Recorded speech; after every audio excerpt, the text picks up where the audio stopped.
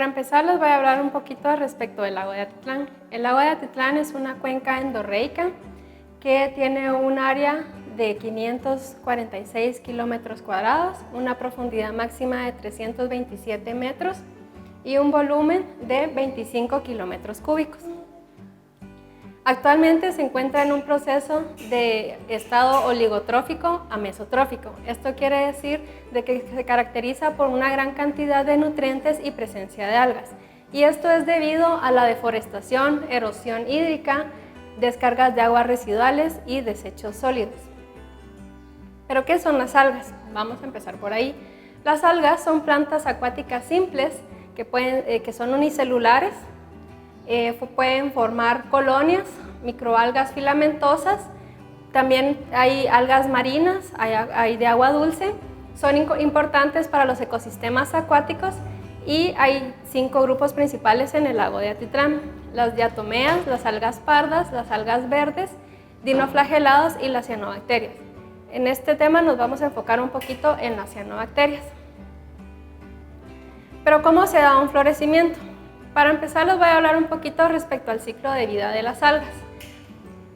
Inicialmente está el quiste, que cuando las condiciones son perfectas, hay una buena temperatura, una buena luz y oxígeno, el quiste eclosiona, sale a la superficie, a la columna de agua, se empieza a reproducir por difusión simple, hasta llegar a un crecimiento exponencial. Este crecimiento exponencial es cuando se conoce el florecimiento, que hay un crecimiento excesivo de algas. Luego, ya cuando las condiciones o las cantidades de nutrientes son bajas, ellas forman gametos, los cuales van a formar un cigoto y nuevamente se va a enquistar, llegando otra vez al fondo, esperando de nuevo buenas condiciones para salir al agua.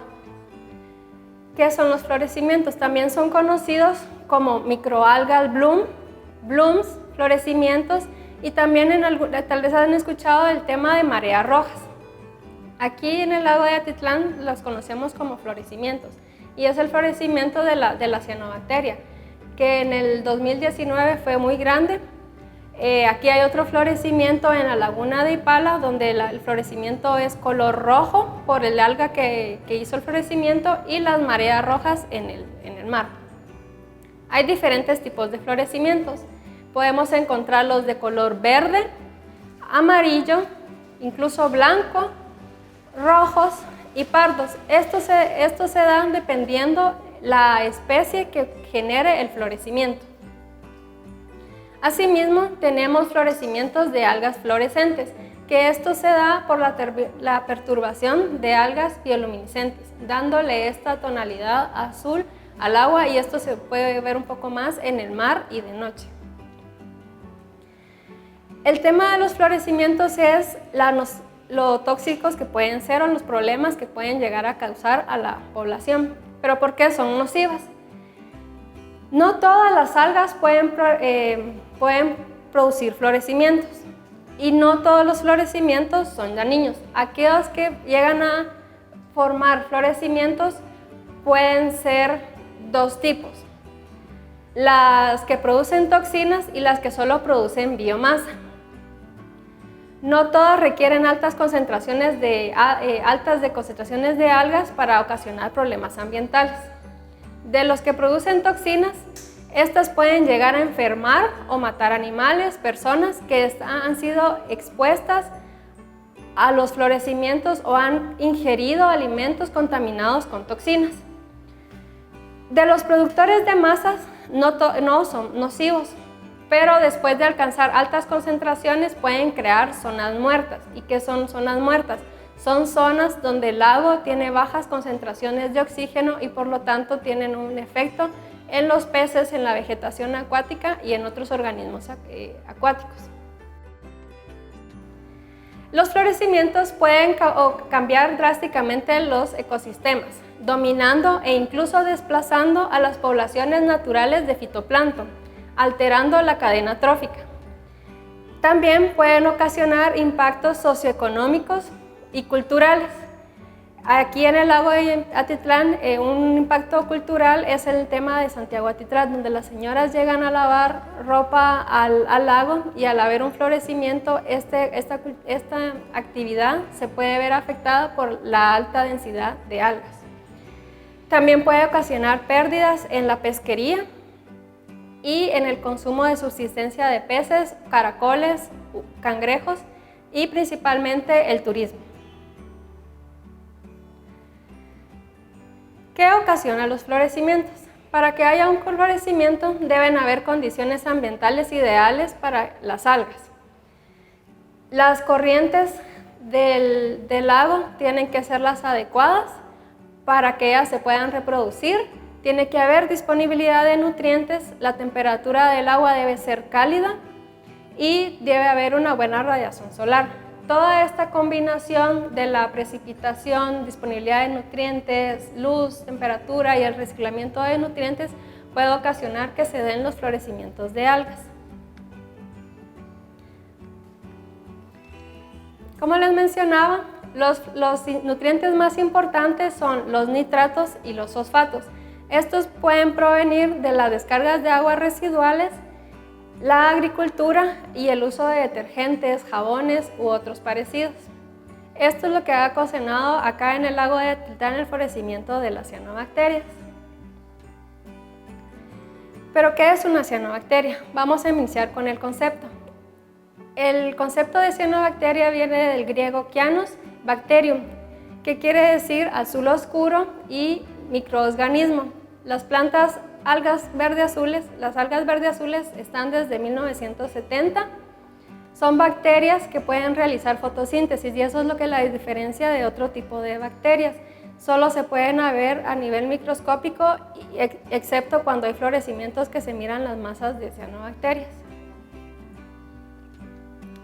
Otras generalidades es de que es un grupo de células más primitivo, han existido desde hace millones de años en la Tierra. En los ambientes más inhóspitos son unicelulares.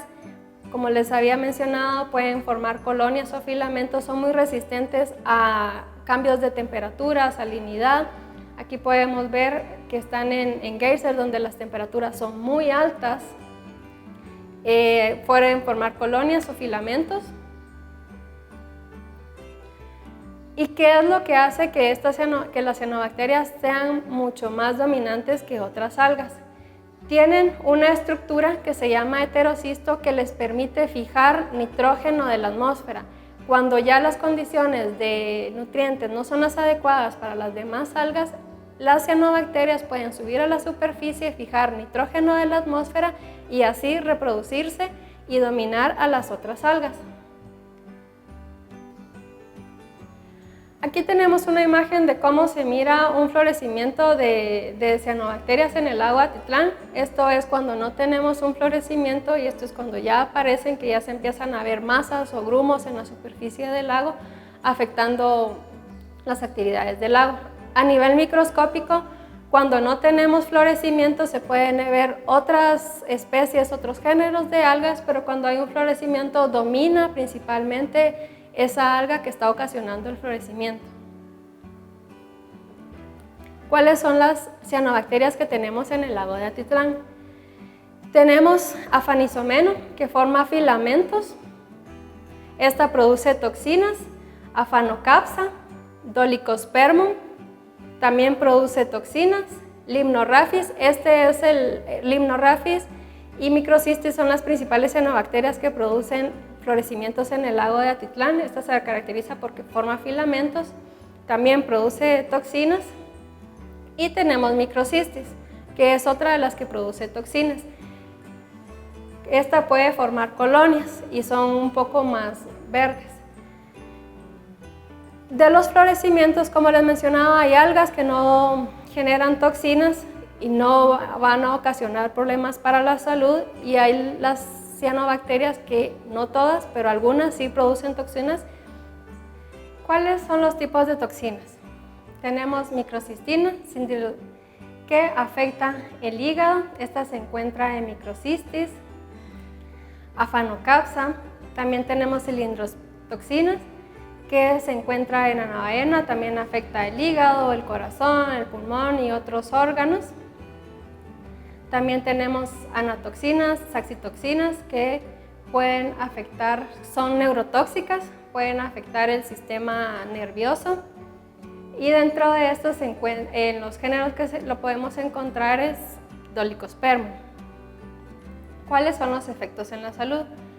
Como ya se mencionó, afectan al sistema nervioso central, al hígado, y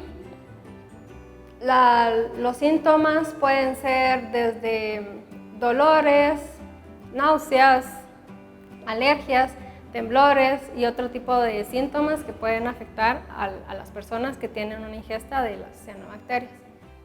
¿Por qué incrementa la ocurrencia de los florecimientos? Como podemos ver en las imágenes, desde el 2009 la incidencia de florecimientos ha ido incrementando. Ya la frecuencia es mayor. Aquí tenemos una serie de imágenes que en el 2015 hubo florecimiento, 2017, 2019, y esto se ha debido al incremento de la contaminación por nutrientes o eutrofización del lago de Atitlán, cambio climático, prácticas de sobrepesca, sobreexplotación de los recursos, crecimiento poblacional muy alto, que van a afectar todas estas actividades al lago de Atitlán. Aquí podemos ver un gráfico de cómo en el tiempo desde el 2016 al 2018 hay una dinámica de los florecimientos y no está presente en todos los meses. Hay meses en los que hay más abundancia que otros. Y esto se debe a la disponibilidad de nutrientes y a las condiciones ambientales. ¿Qué podemos hacer cuando hay un florecimiento? Primero, la población debe reportar cualquier alerta de florecimiento que vean en el lago de Atitlán a las autoridades. O cualquier mal olor que también se esté generando. Otra recomendación es mantener a los niños, adultos mayores, mascotas lejos del lago de Atitlán, ya que los florecimientos pueden afectar la piel, las vías respiratorias y causar más daños a los niños. Si ha tenido contacto con las masas flotantes de cianobacterias, hay que lavarse con abundante agua limpia y evitar el consumo de comida contaminada. Peces que probablemente estén contaminados, o por lo menos hay que viscerarlos bien para que no esté dentro del pez la cianobacteria. Evitar el consumo de cangrejos y caracoles y de otras especies acuáticas que hayan tenido un potencial contacto con los florecimientos de cianobacterias. Asimismo, el agua, tratarla para que esté libre de algas, idealmente filtrarla, no hay que clorarla ni hervirla, porque el hervirla o clorarla puede romper la pared celular y liberar toxinas.